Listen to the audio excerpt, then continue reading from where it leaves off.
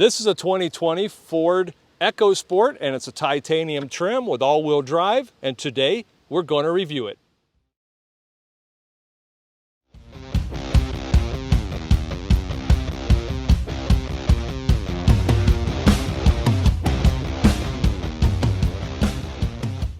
Today we're working with our friends at Chuck Spaeth Ford in New Ulm, Minnesota.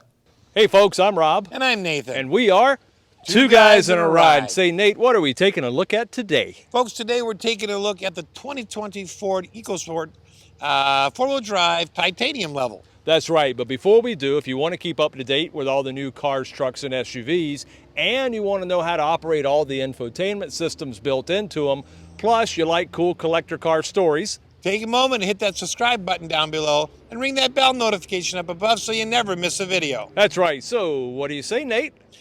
Let's go for a ride. All right, so today we are in the 2020 Ford EcoSport, and this one happens to be four-wheel drive with, I believe, the four-cylinder engine. Yes, and it's a titanium trim. So, you know, it sits up a little bit because it is the four-wheel drive, and it's also very nimble. It's a really short body on here. And so very, very nimble. Driving a little bit around town. Handles really nicely, just like any small car would. I like that part. You've got, you know, as far as ergonomics, everything's laid out, you know, very easily within reach with the infotainment screen, and of course your voice command, and all those buttons on the steering wheel. So pretty much everything you want to get to right on the steering wheel. And if you need to reach over, well, there it is, including the climate control down below. Easy to get into and out of. Well, I can tell you for sure that getting in and out of the front was very easy, very comfortable.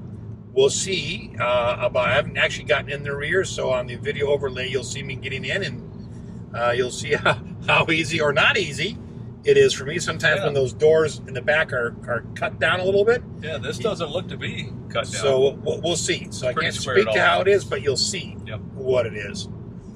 It does have the backup camera with the dynamic swivel guidelines, so parking, you know, is pretty easy. I really like those backup cameras. Mine went out recently, and boy, did I miss it. You know, in terms of just the ride itself, it's fairly comfortable. You get a little bit of a tire noise out of the back. The seats themselves are good. They seem to be a little short on my back as far as width. Yeah. But I'm a little wider than Rob, so that may just be the case there. It feels like a narrower seat. Yeah. But again, it has to be because this is a small vehicle. It is. This is based on the Fiesta, basically, which is very small, but it's their mini Ute or cute Ute or whatever they call this segment now. All right, so I'm going to pull over in a minute and let Rob drive, and we'll get his thoughts on what he thinks. And Nathan's going to get way back there. Yeah, I'm going to crawl 2 inches into the second row. Oh, I was going to say about 3 inches back, but okay. Okay, all belted in back there. How is it back there, Nate? You know, I actually think that the back seats, I mean, they almost feel a hair wider. Okay. Than the front seats. Well, it's a bench seat too, so you know, so you have that. Yeah. I like how it extends out from underneath my feet. It's definitely, you know, got an up angle, which I like, and it goes almost all the way to the end of, you know, underneath my knee. So, and I've got a couple inches of room. Okay. Well, you know, overall, you were saying, you know, there is tire noise, so it is a little loud in here for us just being in the city, and you know, I'm doing 50.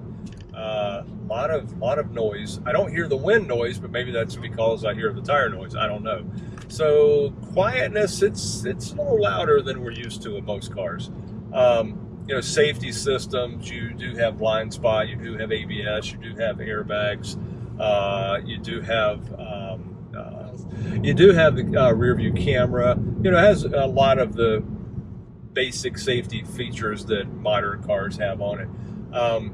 Fit and finish, you know, I've seen other reviews and I've read other reviews, and they've really kind of knocked it by saying it's not up to the standard of other small utilities. It looks pretty well put together. I don't hear any rattles or squeaks. You got a lot of soft touch, you know, harder up here, but you got soft touch materials where your arms and your hands fall to. So well, I'm going to get to an area where I can pull to a side street so we can test acceleration. Okay, just going to do like a rolling start here. Here we go.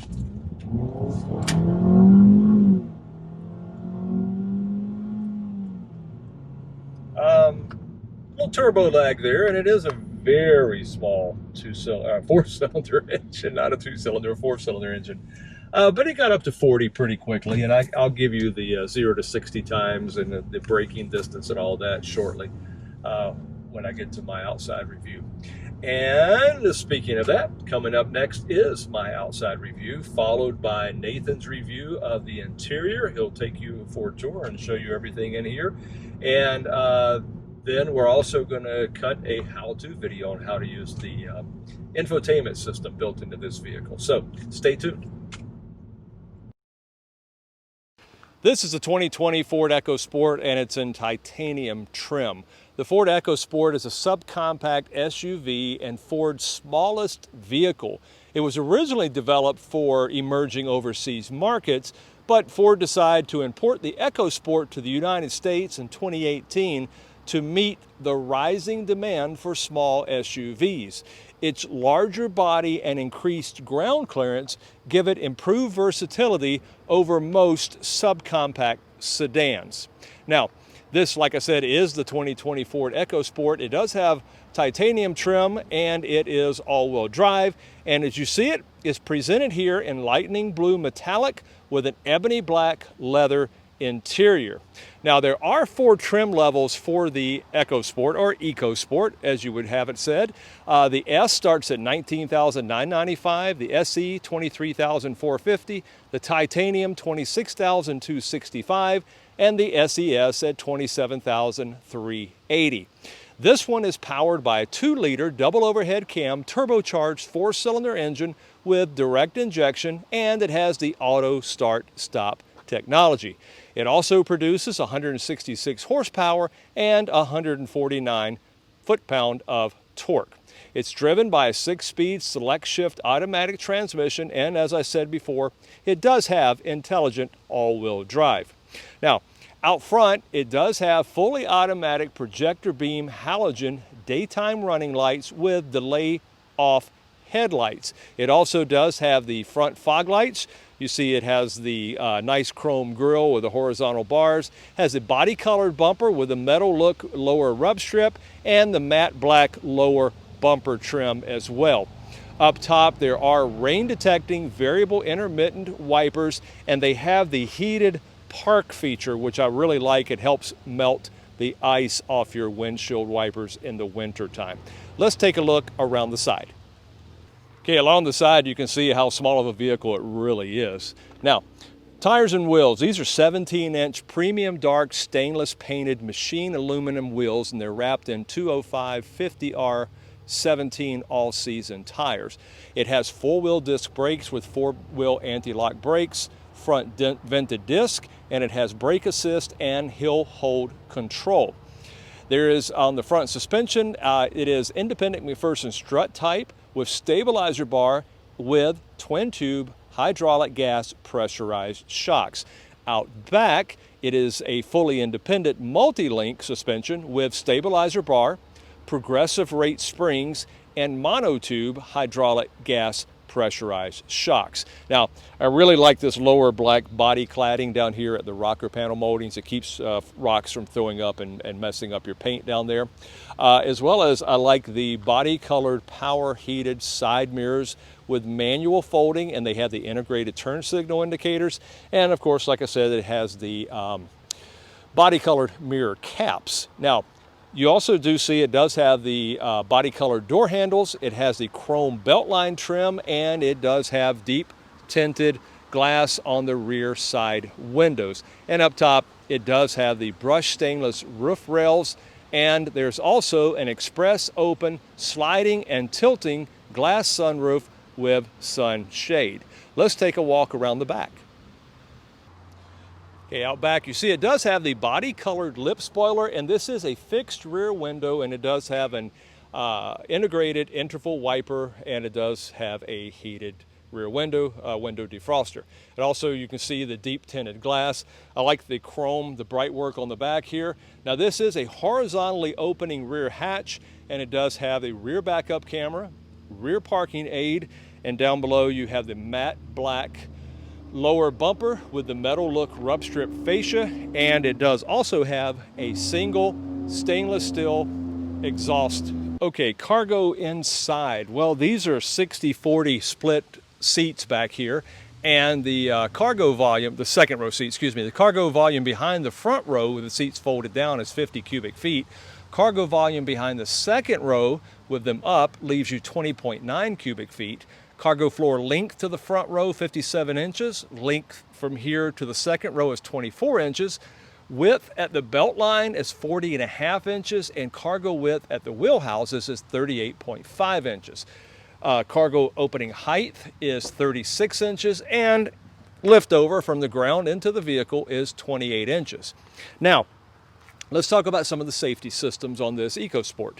You have the advanced track with roll stability control, ABS and driveline traction control, safety canopy system, which is first and second row airbags, driver and passenger knee airbag, and rear side impact airbags. Plus it has rear collision warning, and it also does have cross traffic alert. Some of the packages for this EcoSport, there's Ford's Equipment Group 400A, there's an interior protection package, and there's also a cargo management package. And I think it consists of this neat little tray here, this shelf actually, that you can position in 3 different positions. So let's take a walk around the side and let's talk about the dimensions. Okay, front track 59.8 inches, rear track 59.7 inches. Overall width 69.5 inches.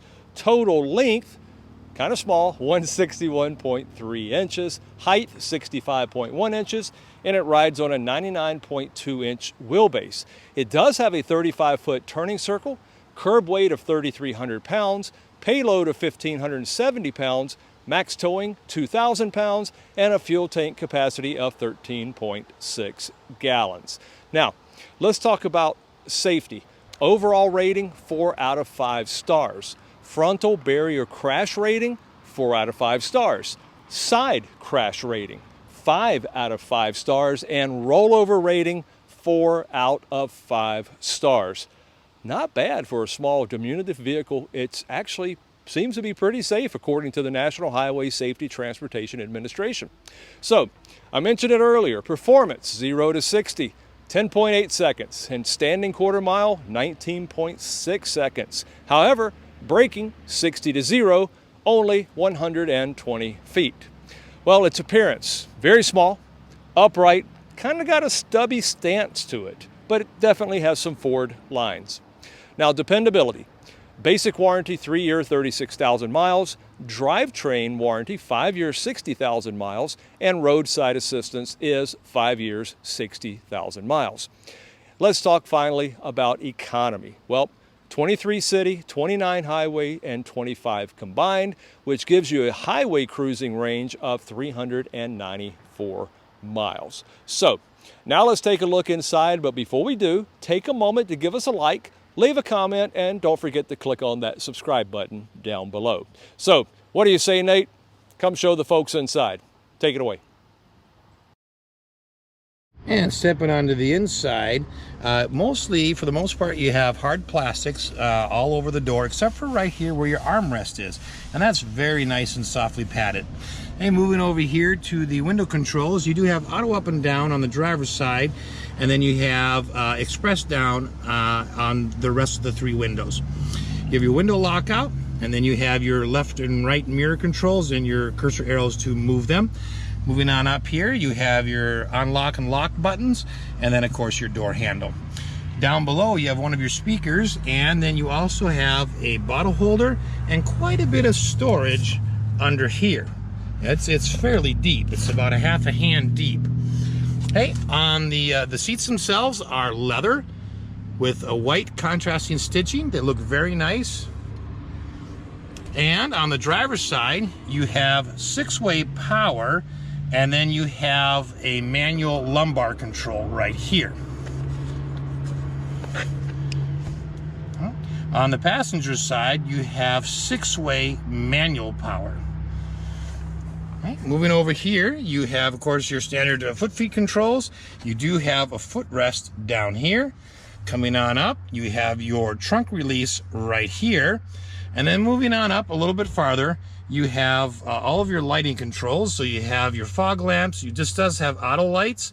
And then, of course, you have your dashboard brightness and dimness controls. And then this is a manual tilt and telescope, and the lever for that is right here. All right, let's step inside. All right, so it is a push start. The push start is located up here.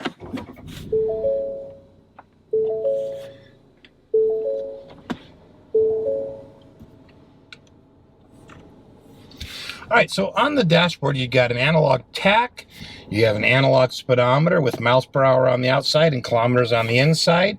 Down below, you have an analog engine temperature and a fuel gauge, along with your gear selector indicator. And then up here, you have your driver's information screen, which you can control from the left side of the steering wheel. Moving back, over here are your turn signal controls, and then back on the steering wheel you've got all the buttons that control your driver's information screen, and then your cruise control buttons. So you have on, off, you have set, and then you can do plus or minus while the cruise control is on. You have a resume and a cancel button. So this one does not have adaptive cruise. Over here on the right side of the steering wheel are your media controls, and you of course have got a skip forward, skip backward for a track. You got volume up and down, and then you have your voice command control, as well as phone on here and phone hang up here.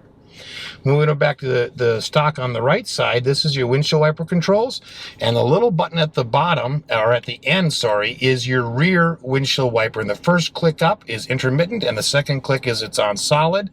And then you just push this button, this stock up, to activate your windshield wiper controls in the front. And then to wash the front is a pull forward, and to wash the back is a push backwards. All right, moving on over to the infotainment screen. All right, so the infotainment screen here, I believe, is an 8-inch, and it is a Sync 3 system, so it includes AM/FM radio, Sirius XM, Apple CarPlay, and Android Auto. It also does have navigation. Okay? Down here, you've got some physical controls for the radio. You've got your power on, off, your volume. You've got a tune button here that you can move at any time, and it will change either XM stations, or it'll dial in a station for you for the radio, AM or FM. You have got a button here that will bring you to your sound settings, so your treble, mid-range, bass, bounce, fade, and then I can scroll. It is a touchscreen, so I can scroll up. It does have speed compensated volume, so the faster you drive, the louder it gets. And then I have a sound mode that I can change in here. Okay, so I can have surround or stereo. Down here, you've got skip forward or skip backwards or skip forward button, a play pause button. And then if you just don't want the screen to show, but it's functioning, you can click this button and then the screen will go to like this. And then you turn it back on and it goes completely off. And then if you hit it one more time, it comes back to whatever you had last. Up here, you've got some main buttons here. You've got audio. Okay, and there is a slight delay in getting to things, but the screen is really nice. So here's all your Sirius XM stuff. You can click on sources and click your source right there. Otherwise, you can just go through your channels here. Okay, and what I like about this is this is all Sirius XM stuff. But if I go over here, I've got the radio. So instead of separating them, they're all together. And of course, you got a bookmark feature, you got a back feature, you got channels, direct tune, lots of features there. If I go to a phone here, this is where you can add a phone. This is some other people's stuff, so I'm not going to touch that. But this is where you'd add a phone, and if your phone was connected, this is where all your information would show up: your call history, your text messages, all that kind of stuff. If I go over here, you get navigation. It's a nice size screen here. It's got a good view. You can click on menu here.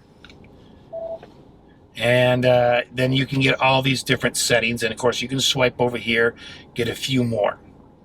Okay?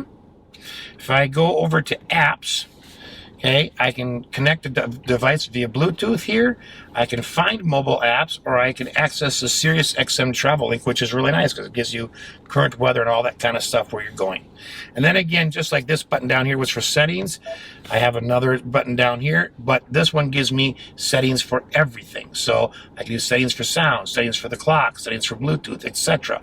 So this one gives you more like categories to pick from, and this one's just your audio. Okay, so moving on down here, you of course got your air vents here. You do have your hazard button right here.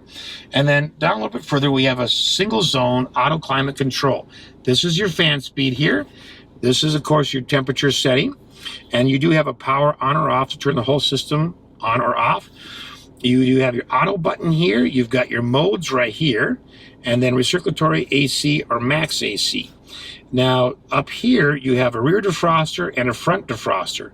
If you click max defroster, it turns all three on, and it turns up the heat and turns up the fan. And then you do have a heated steering wheel, which is so nice in this climate.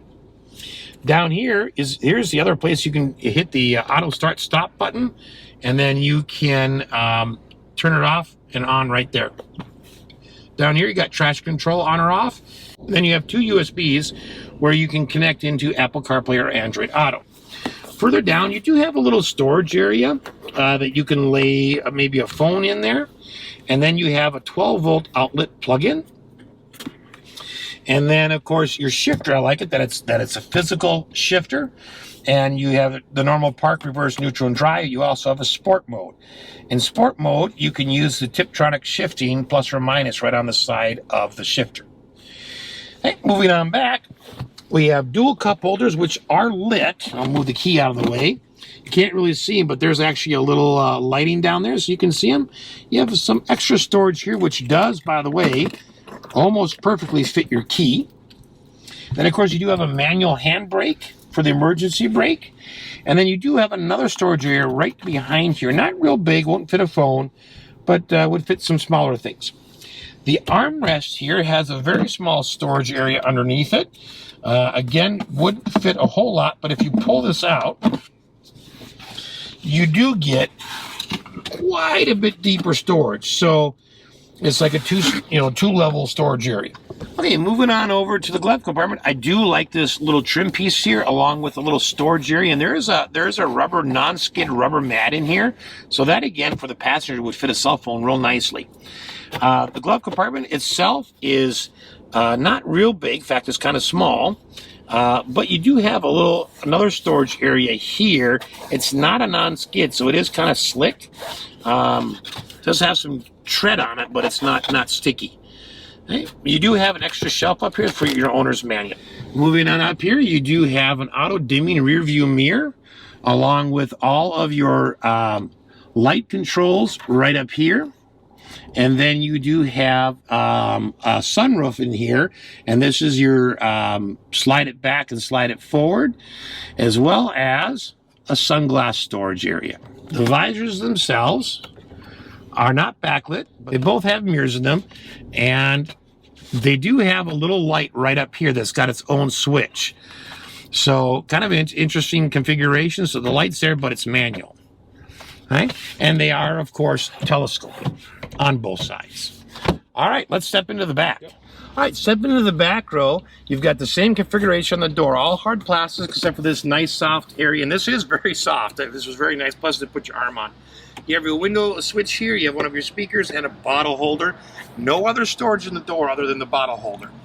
Okay, we'll crawl in.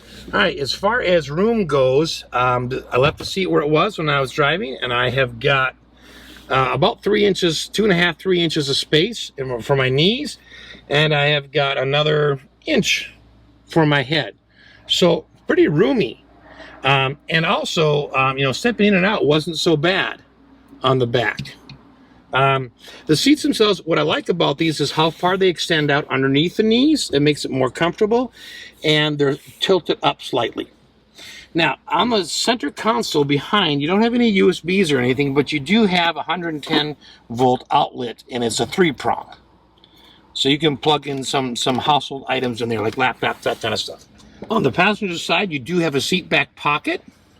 And then in between the seats here, you do have an armrest. that's elevated, which I really like, and you have 2 cup holders right there. Now, one of the interesting things on this car is that in addition to the 110 volt outlet you do have a 12 volt outlet that's built right into the side here. So the passenger on this side would have their own 12 volt outlet. There isn't one on the left side, but there is one on the right side. On the right hand side, there are actually 3 pockets. Okay, there's this pocket right here, which you'd expect it is very deep. But there's also another pocket up here, and there's a third pocket. It's right on the side here, but it's on this side. So it's interesting. You know, all the spaces they put in, I kind of wish they'd done the same thing to the driver's seat, given that this is the titanium level. But it's nice to have that. All right, I'm going to step out real quick and I'll show you how to fold these seats down. Okay, so to fold these seats down, what you do is grab this lever first and just pull it up. And then up here, there's a push button on the headrest. Push that, fold it down. There's another push button here. You push that, and you pull the seat down, and you got a nice flat area. And you can, of course, raise this cargo piece right here to match, and then it's a completely level floor. So what's nice is that you can raise the cover in the back to match this, and it's a completely level floor then. And then you have one additional speaker in the rear. And then you have some reading lights in the top here. Overall, a very nice interior. Thanks for watching. All right, so my favorite thing, of course, on here is the backup camera. It's got a really good, clear picture. I like how unwarped the picture looks. It gives you your rear backup sensors show up here too. And of course, this dynamic swivel guidelines, and I like it when they give you the swivel lines and the straight lines. My favorite thing. Okay, my favorite thing, I like this little shelf here. It is perfect size for storing your cell phone for your passenger, and that is really cool. So lots of nice storage nooks. That's my favorite thing.